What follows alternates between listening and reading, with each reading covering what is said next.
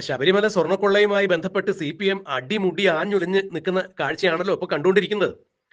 6 പേരെ ഇതിനോടകം തന്നെ സ്പെഷ്യൽ ഇൻവെസ്റ്റിഗേഷൻ ടീം അറസ്റ്റ് ചെയ്തു. ശബരിമലയിലെ സ്വർണം അടിച്ചു മാറ്റിയതുമായി ബന്ധപ്പെട്ട് എല്ലാവരും CPMന്റെ വളരെ വേണ്ടപ്പെട്ട ആളുകൾ. അതായത് CPMന്റെ ദേവസ്വം സംഘടനയിലുള്ള തലമുതിർന്ന നേതാക്കൾ ഉൾപ്പെടെ CPMന്റെ കോന്നി MLA ആയ പത്മകുമാർ, CPMന്റെ മുൻ ശബരിമലയിലെ കമ്മീഷണറും ദേവസ്വം പ്രസിഡന്റുമായ N വാസു, അങ്ങനെ വേണ്ട ഇതുവരെ അറസ്റ്റ് ചെയ്യപ്പെട്ട 6 പേരും CPMന് വളരെ വേണ്ടപ്പെട്ട ആളുകൾ. പിണറായി വിജയന്റെ മനസാക്ഷി സൂക്ഷിപ്പുകാർ എന്നൊക്കെ പറയുന്ന ആളുകളെയൊക്കെ തന്നെയാണ് അറസ്റ്റ് ചെയ്തത്. അപ്പൊ ശബരിമല സ്വർണ്ണക്കൊള്ളയുമായി ബന്ധപ്പെട്ട് പിണറായി വിജയനും CPMും അടിമുടി നാറി പുഴുത്ത് സമൂഹത്തിൽ ഉടുമുണ്ടൊരിഞ്ഞ് നിൽക്കുന്ന ഒരു അവസ്ഥയിൽ ഇപ്പൊ ഇതാ ശബരിമലയെ സംബന്ധിച്ച് ഞെട്ടിക്കുന്ന മറ്റൊരു വാർത്ത കൂടി പുറത്തേക്ക് വന്നുകൊണ്ടിരിക്കുന്നു.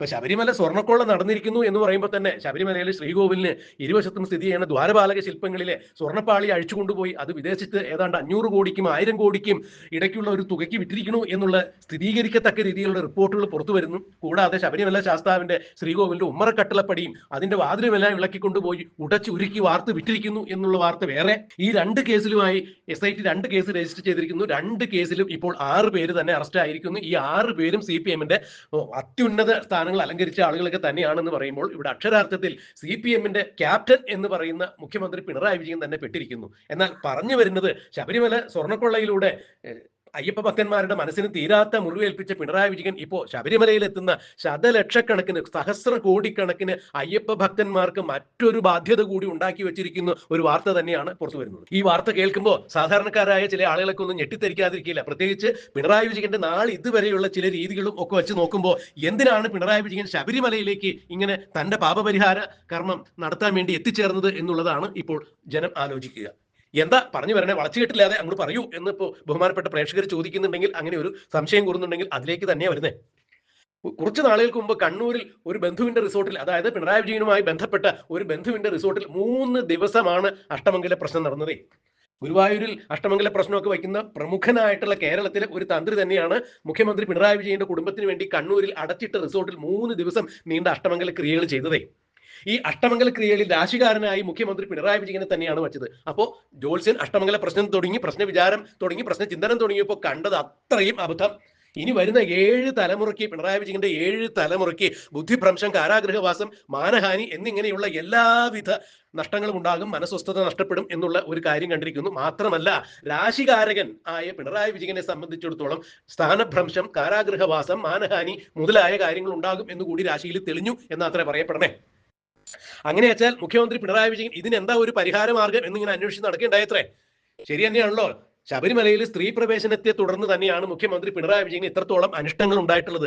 മുഖ്യമന്ത്രി എന്ന രീതിയിൽ, ഈ നാടിന്റെ ഭരണാധികാരി എന്ന രീതിയിൽ നാടിനും അതിന്റെ അനിഷ്ടങ്ങൾ കണ്ടു ഇല്ലേ? വയനാട്ടിൽ ഉരുൾപൊട്ടൽ നമ്മൾ കണ്ടു, പ്രകൃതി ദുരന്തം കണ്ടു, കോവിഡ് കണ്ടു, മുഖ്യമന്ത്രിക്ക് ശാരീരികവും മാനസികവുമായ അസ്വസ്ഥതകൾ ഉണ്ടാക്കുന്ന വലിയൊരു രോഗം പിടിവിട്ടു. മാസത്തിൽ ഒരിക്കലെങ്കിലും അല്ലെങ്കിൽ 2 മാസം കൂടുമ്പോഴെങ്കിലും അമേരിക്കയിലേക്ക് മിയാ ക്ലിനിക്കിലേക്ക് പോയി മുഖ്യമന്ത്രി ചികിത്സ കഴിഞ്ഞ് തിരിച്ചു വരുന്ന കാഴ്ചയെല്ലാം നമ്മൾ കണ്ടു ഇല്ലേ?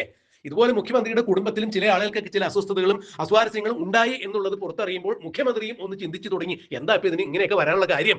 സാമ്പത്തികമായിട്ട് കൊള്ളാവുന്ന തരക്കേടില്ലാത്ത നിലയിലാണ് അവിടെ നിന്ന് ഇവിടുന്നൊക്കെ കട്ടുമൂട്ടിച്ചൊക്കെ അല്ലെങ്കിൽ കിട്ടാവുന്ന പദ്ധതി നിന്നൊക്കെ അടപടലം അടിച്ചു മാറ്റി കാശൊക്കെ ഉണ്ടാക്കിയിട്ടുണ്ട്. എന്നാലും ആ സാമ്പത്തികം കൊണ്ട് ഒന്നും ജീവിക്കാൻ പറ്റാത്തൊരവസ്ഥയിലേക്ക് കാര്യങ്ങൾ മാറിപ്പോ എന്തെങ്കിലും ഇതൊരു കാര്യം ഉണ്ടാവുമല്ലോ. അങ്ങനെയാണ് വേണ്ടപ്പെട്ട ചില ആളുകളൊക്കെ കമ്മ്യൂണിസത്തിന് അല്ലെങ്കിൽ മാർക്സിസത്തിന് നിരക്കാത്ത രീതിയിലാണെങ്കിൽ ഇന്ന് നമുക്ക് ഇങ്ങനെ ഒരു അഷ്ടമംഗല പ്രശ്നം ഒന്ന് ആയാലോ, ഒന്ന് വെച്ച് നോക്കിയാലോ എന്ന് കരുതിയിട്ടാണ് ഈ ഗുരുവായൂരിലൊക്കെ വലിയ രീതിയിൽ അഷ്ടമംഗല പ്രശ്നം നടത്തുന്ന, പ്രശ്ന വിചിന്തനം നടത്തുന്ന ആ ഒരു ജോത്സ്യനെ തന്നെ വിളിച്ചുകൊണ്ട് വന്ന് കണ്ണൂരിൽ അടച്ചിട്ട റിസോർട്ടിൽ ഇങ്ങനെ ഒരു അഷ്ടമംഗല പ്രശ്നം നടത്തിയത്. അപ്പോഴാണ് കാര്യങ്ങളൊക്കെ കൃത്യമായിട്ട് രാശിപ്പലകയിൽ തെളിയുന്നത്. ഈ രാശിപ്പലകയിൽ ഈ കാര്യങ്ങളൊക്കെ തെളിഞ്ഞു കഴിഞ്ഞപ്പോൾ ഇതിന് കൃത്യമായ ഒരു പരിഹാര മാർഗം കൂടി ജോത്സ്യർ നിശ്ചയിച്ചിരിക്കുന്നു. അതായത് ഒരു ഭരണാധികാരിക്ക് വരുന്ന ഈ ഭ്രംശങ്ങൾ അല്ലെങ്കിൽ ഭരണാധികാരിയുടെ വഴിതെറ്റിയുള്ള പ്രവർത്തനങ്ങൾ നാടിനെ ബാധിക്കും എന്നുള്ളത് കൊണ്ട് തന്നെയാണ് കോവിഡും അല്ലെങ്കിൽ വയനാട് ഉരുൾപൊട്ടലും പ്രളയം എല്ലാം വന്നത് എന്ന് തന്നെയാണ് ഈ ജ്യോത്സ്യത്തിൽ തെളിഞ്ഞത്രേ. അതിനൊരു പാപപരിഹാരം എന്താണെന്ന് ചോദിച്ചു കഴിഞ്ഞപ്പോൾ ലക്ഷോപലക്ഷം ആളുകൾക്ക് പാപഭോജനം നൽകുക, അതായത് ഈ വന്നിരിക്കുന്ന പാപങ്ങളൊക്കെ ആളുകൾക്ക് വീതിച്ചു കൊടുക്കുന്നതിന് വേണ്ടി എല്ലാവർക്കും വലിയൊരു സദ്യ കൊടുക്കുക. അതിപ്പോ എന്തായാലും പിണറായി വിജയനെ സംബന്ധിച്ചിടത്തോളം കോടിക്കണക്കിന് രൂപ മുടക്കി തായ്ക്കണ്ടി കുടുംബത്തിന് വലിയ പന്തലിട്ട് സദ്യ കൊടുക്കാൻ പറ്റില്ലല്ലോ. മാത്രമല്ല മാർക്സിസത്തിന്റെ കേരളത്തിലെ പരമാചാര്യൻ എന്നറിയപ്പെടുന്ന മുഖ്യമന്ത്രി പിണറായി വിജയനെ സംബന്ധിച്ചിടത്തോളം ഇങ്ങനെ കവടിപ്പലക വച്ചു രാശി നിരത്തി ഇങ്ങനെ ഒരു കുറ്റം കണ്ടെത്തി അല്ലെങ്കിൽ ഒരു പാപപരിഹാരാർത്ഥം ഇങ്ങനെ ഒരു കാര്യം ചെയ്യണമെന്ന് പറഞ്ഞാൽ അതിൽ പരം നാണക്കേട് വേറെ ഒന്നുമില്ലല്ലോ. അങ്ങനെയാണെങ്കിൽ എന്താ ഒരു വഴി എന്ന് ആലോചിച്ചപ്പോഴാണ് എന്തായാലും നമ്മൾ ശബരിമലയൊക്കെ ആയിട്ട് ബന്ധപ്പെട്ട ഒരു ആഗോള അയ്യപ്പ സംഘമൊക്കെ നടത്തുന്നുണ്ടായല്ലോ, എന്നൊരു കാര്യം ചെയ്യാം, ശബരിമലയിൽ തന്നെ ഒരു അന്നദാനം അങ്ങോട്ട് നടത്തുക. ഇപ്പൊ ശബരിമലയിൽ അയ്യപ്പ സേവാ സംഘമൊക്കെ നടത്തുന്ന അന്നദാനം മുഖ്യമന്ത്രിയായി നേരിട്ട് സ്ഥാനമേറ്റ് കഴിഞ്ഞപ്പോൾ അവരെയൊക്കെ അവിടെ നിന്ന് ചവിട്ടി പുറത്താക്കിയല്ലോ. അയ്യപ്പ സേവാ സംഘം വേണ്ട, വേറെ ഒരു സേവാ സംഘവും ശബരിമലയിൽ വേണ്ട, ഞങ്ങൾ മാത്രം മതി എന്നുള്ള മട്ടിലായിരുന്നല്ലോ മുഖ്യമന്ത്രി നിലകൊണ്ടിരുന്നത്. അങ്ങനെ അയ്യപ്പ സേവാ സംഘത്തിന്റെ കോടിക്കണക്കിന് ആളുകൾക്ക് ശബരിമലയിൽ കൊടുക്കുന്ന അന്നദാനമൊക്കെ മുടക്കിയത് ഈ മുഖ്യമന്ത്രി തന്നെയാണ്. എന്നാ അപ്പൊ അങ്ങനെ ആലോചിച്ചപ്പോൾ ഒരു കാര്യം ചെയ്യാം, പാപഭോജനം നടത്തണമെന്നുണ്ടെങ്കിൽ ശബരിമലയിൽ വരുന്ന അയ്യപ്പ ഭക്തന്മാർക്ക് സദ്യ കൊടുത്താലോ, അത് നല്ലൊരു കാര്യമാണ് എന്ന് ജ്യോത്സ്യർ അങ്ങനെ വിധിച്ചു.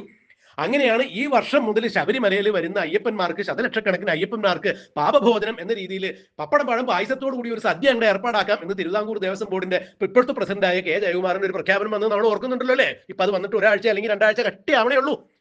അതായത് മുഖ്യമന്ത്രിയുടെയും കുടുംബത്തിന്റെയും പാപപരിഹാരാർത്ഥം ജ്യോത്സ്യൻ വിധിച്ച ഒരു പാപഭോജനം, ശബരിമലയിൽ എത്തുന്ന പാപം ഒക്കെ, പുണ്യപാപങ്ങളൊക്കെ ഇരുമുടിക്കെട്ടുമായി ഏന്തി പമ്പയിൽ മുങ്ങി ധർമ്മശാസ്താവിന് വന്നുകൊണ്ട് തൊഴുതു പോകുന്നവരുടെ പാപം ഒഴിയുന്നതിന് വേണ്ടി മല ചവിട്ടി കയറി 18-ാം പടി ചവിട്ടി കയറി സന്നിധാനത്തിൽ എത്തുന്ന ആളുകളുടെ തലയിലേക്ക് ഇരുമുടിക്കെട്ട് പോലെ ഈ മുഖ്യമന്ത്രിയുടെ കുടുംബത്തിന്റെ പാപഭാരം കൂടി വീതിച്ചു കൊടുക്കുന്ന ഒരു സദ്യയാണ് ഇപ്പൊ ശബരിമലയിൽ മുഖ്യമന്ത്രി പിണറായി വിജയനും ഈ വേണ്ടപ്പെട്ട ആളുകളൊക്കെ കൂടി ആലോചിച്ച് നടത്തുക എന്നുള്ളതാണ് ഇപ്പൊ പുറത്തു വന്നേക്കുന്ന ഒരു വിവരം. അധികാര ദുർവിനിയോഗത്തിന്റെ ഏറ്റവും വലിയൊരു മാതൃക തന്നെയല്ലേ ഇത്? കാരണം ശബരിമലയിൽ എത്തുന്ന കോടിക്കണക്കിന് ഭക്തന്മാർ അവരുടെ പുണ്യം പാപങ്ങളും ഒക്കെ അവിടെ എന്താണ് ഭഗവാനിൽ ലയിപ്പിച്ച് മോക്ഷപ്രാപ്തിക്ക് വേണ്ടി വരുമ്പോൾ വീണ്ടും മുഖ്യമന്ത്രിയുടെ കുടുംബത്തിന്റെ പാപഭാരം കൂടി ഇവർക്ക് വീതിച്ചു കൊടുക്കുന്നു. എങ്ങനെ ശബരിമലയിൽ വരുന്ന ആളുകൾക്ക് പപ്പടം പഴം പായസത്തോടുകൂടി സദ്യ കൊടുക്കും എന്ന് കെ ജയകുമാർ പറഞ്ഞപ്പോൾ ശബരിമലയിൽ മല കയറി ക്ഷീണിച്ചെത്തുന്ന ആളുകൾക്ക് ഈ ഭഗവാന്റെ അന്നദാനം ഉണ്ടെന്ന് വെക്കുമ്പോൾ ഭഗവാന്റെ പ്രസാദമാണല്ലോ, ഭഗവത് പ്രസാദം കിട്ടാൻ വേണ്ടി അവരെല്ലാവരും ഓടിപ്പാഞ്ഞു എന്ന് ഈ ഭഗവത് പ്രസാദം കഴിക്കും.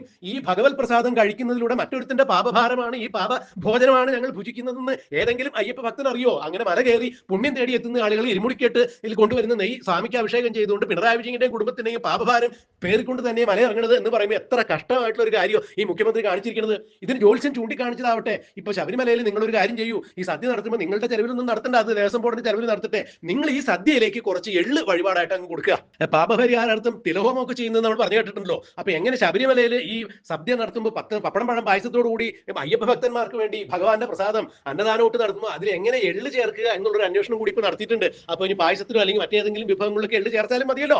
അങ്ങനെ പിണറായി വിജയന്റെ കുടുംബത്തിന്റെ പാപഭാരം ശബരിമലയിൽ എത്തുന്ന ലക്ഷക്കണക്കിന് കോടിക്കണക്കിന് അയ്യപ്പ ഭക്തന്മാർക്ക് ഈ പാപഭോജനത്തിലൂടെ അവർ കഴിക്കുന്ന ഈ അന്നപ്രസാദത്തിലൂടെ ഈ പാപങ്ങളെല്ലാം ഒഴിയാൻ വേണ്ടി പിണറായി വിജയന് കണ്ണൂർ അടച്ചിട്ട റിസോർട്ടിൽ അഷ്ടമംഗല പ്രശ്നം നടത്തി ജ്യോത്സ്യര് ഇങ്ങനെ ഒരു ചാർട്ട് വിധി കുറിച്ചു കൊടുത്തിരിക്കുന്നു, പാപപരിഹാരം കുറിച്ചു കൊടുത്തിരിക്കുന്നു എന്ന് പറയുമ്പോൾ ശബരിമലയിൽ നിന്ന് ശാസ്താവിന്റെ സ്വർണം മുഴുവൻ അടിച്ചു മാറ്റിയത് കൂടാതെ തന്നെ ഇപ്പോൾ ശബരിമലയിൽ എത്തുന്ന ഭക്തന്മാരുടെ കുടുംബക്കാരെ കൂടി അവരുടെ പിണറായി വിജയന്റെയും കുടുംബത്തിന്റെയും തായ്ക്കണ്ടി കുടുംബത്തിന്റെയും പാപഭാരം അടിച്ചേൽപ്പിക്കുന്ന തരത്തിലുള്ള ഒരു സദ്യയാണ് ഇപ്പോ ദേവസ്വം വകുപ്പ് പ്രസിഡന്റ് കെ ജയകുമാർ പ്രഖ്യാപിച്ചതിന്റെ പുറകിലുള്ളത് എന്ന് പറയുമ്പോൾ അക്ഷരാർത്ഥത്തിൽ ഈ അയ്യപ്പ ഭക്തന്മാരെല്ലാം ഞെട്ടിവരത്തി നിൽക്കുന്നു. ഇനിയിപ്പോ ശബരിമലയിൽ എത്തുന്ന അയ്യപ്പ ഭക്തന്മാർ ദേവസ്വം കൊടുക്കുന്ന സദ്യ കഴിക്കുമോ ഇല്ലയോ എന്നൊന്നും അറിയാൻ പാടില്ല. ഈ സദ്യയുടെ മറവിലും ഇപ്പൊ കോടിക്കണക്കിന് രൂപയുടെ അഴിമതി നടക്കും എന്നാ പറയാൻ പോണത്. അല്ലെങ്കിൽ അത് തന്നെ ഇപ്പൊ പുറത്തു വന്നുകൊണ്ടിരിക്കുന്ന ഒരു ഇലയ്ക്ക് സദ്യ ശബരിമലയിൽ ഒരു പപ്പടം പഴം പായസത്തോടു കൂടി ഭക്തന്മാർക്ക് കൊടുക്കുന്ന അന്നദാന പ്രസാദത്തിന് ഒരിലയ്ക്ക് ഏതാണ്ട് 250 രൂപ വില വരും എന്ന് പറയുമ്പോൾ ശബരിമലയിൽ ലക്ഷക്കണക്കിന് കോടിക്കണക്കിന് ഭക്തന്മാരെ എത്തുമ്പോൾ ഏതാണ്ട് 300 കോടി രൂപ ഈ ഒറ്റ ശബരിമല സീസണിൽ ഈ സദ്യയുടെ ഇനത്തിൽ എഴുതിയെടുക്കാൻ പറ്റും. അങ്ങനെയാണെന്നുണ്ടെങ്കിൽ മുഖ്യമന്ത്രി പിണറായി വിജയന്റെ കുടുംബത്തിന്റെ പാപഭാരവും തീരും, 300 കോടി ഒറ്റയടിക്ക് പോക്കറ്റിരിക്കും എന്നൊക്കെ പറയുമ്പോൾ എന്താ ഇപ്പൊ ശബരിമലയിൽ സ്വർണ്ണക്കൊള്ളയേക്കാൾ വലിയ കൊള്ള നടക്കണു എന്ന് തന്നെയാണ് പറയാൻ കഴിയുക. എന്തായാലും ഇതിന് മുഖ്യമന്ത്രി കുടുംബത്തിന്റെ പാപപരിഹാരാർത്ഥം തന്നെയാണ് ശബരിമലയിൽ ഈ സദ്യ നടത്തുന്നത് എന്നുള്ള വാർത്ത എന്തായാലും അയ്യപ്പ ഭക്തന്മാരെ ഞെട്ടിക്കുന്നത് കാര്യം തന്നെയാണ്. ഈ പറയുന്ന കാര്യങ്ങളൊക്കെ അവിടെ നടന്നിട്ടുള്ളതാണെങ്കിൽ തീർച്ചയായും ഇത് അയ്യപ്പ ഭക്തന്മാർക്ക് നേരെയുള്ള ഒരു ക്രൂരതയാണ്, കൊടും ക്രൂരതയാണ്. ഇതിന് അയ്യപ്പ ഭക്തന്മാരെ മലകയറിയത്തുള്ള ഭക്തന്മാരെ തുടക്കട്ടെ എന്നേ നമുക്ക് പറയാൻ പറ്റുള്ളൂ. എന്തായാലും ഇതിന്റെ മറ്റു വിശേഷങ്ങൾ എന്തെങ്കിലും ഉണ്ടെങ്കിൽ അപ്പോൾ വരാം. അപ്പൊ അങ്ങനെ ആയിക്കോട്ടെ. നമസ്കാരം.